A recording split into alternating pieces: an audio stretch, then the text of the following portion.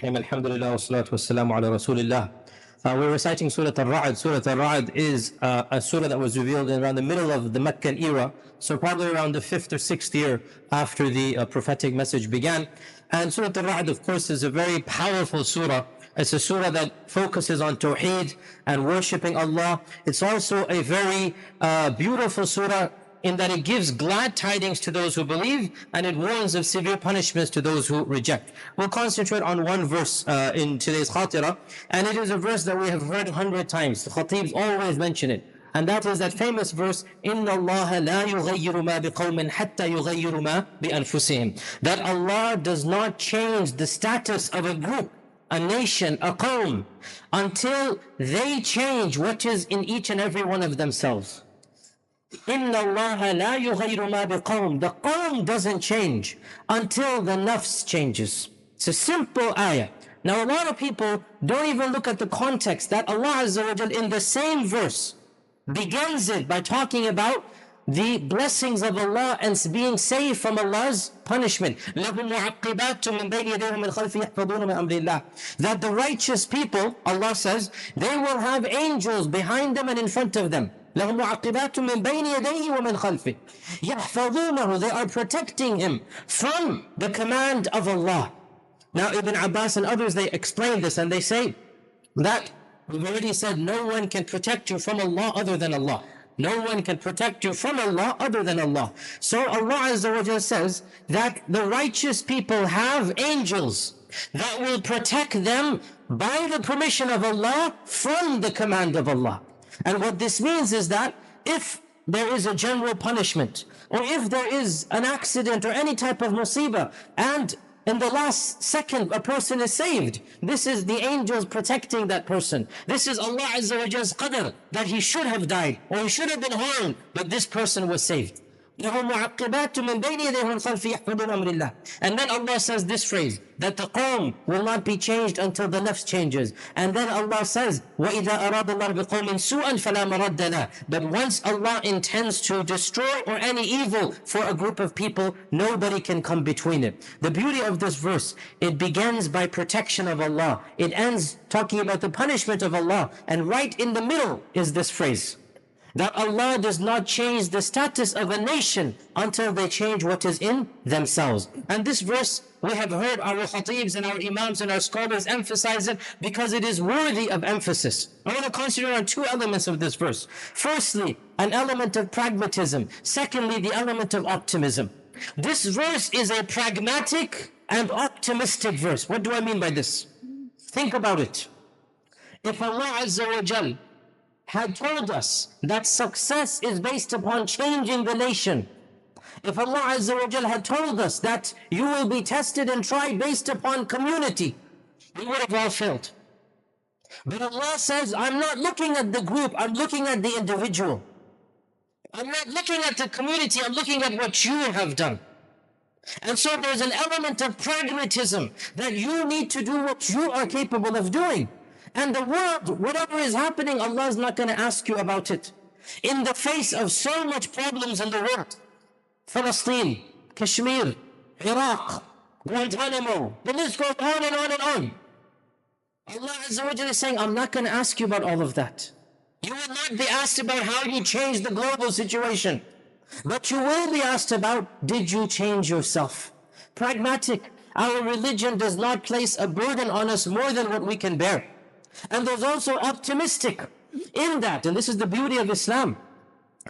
Allah does not judge you based upon the material success of your efforts, but rather merely on your efforts. Let me clarify.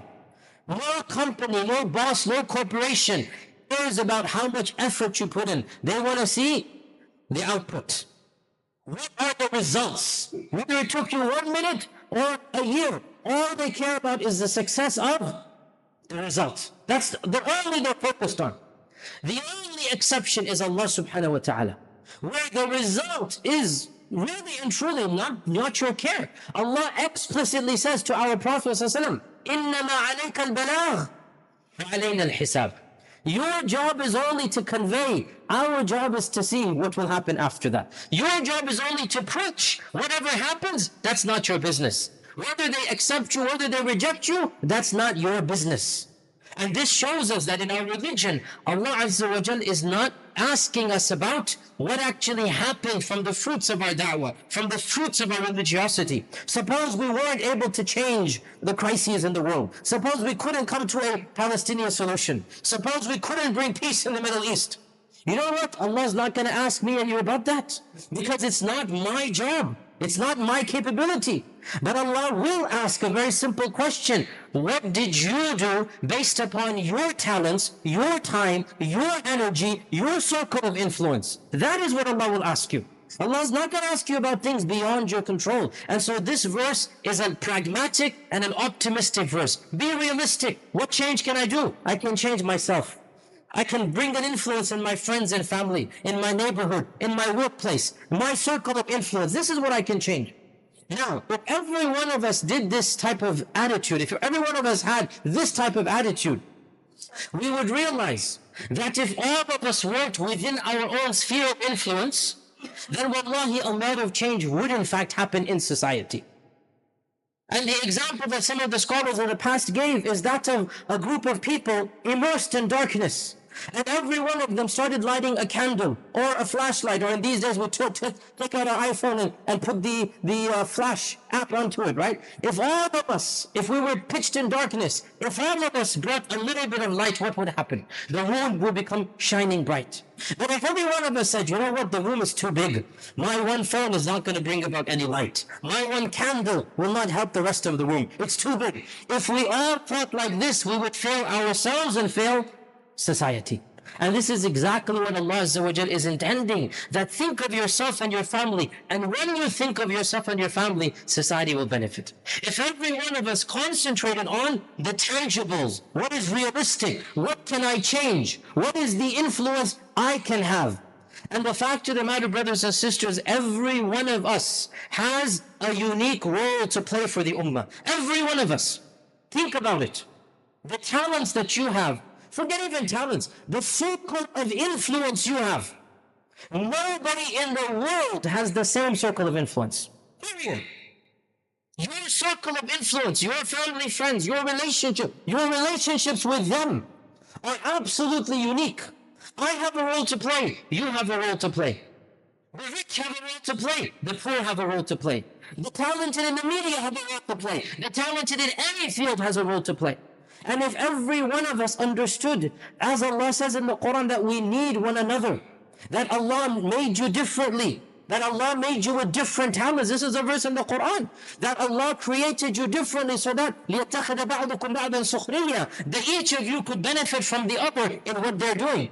And those who attended the interfaith dinner, I gave some examples about this, where I said that we need car mechanics and we need doctors, right? The doctor, no matter how much money and whatnot he has, he still needs people who have different talents and specialities, and vice versa.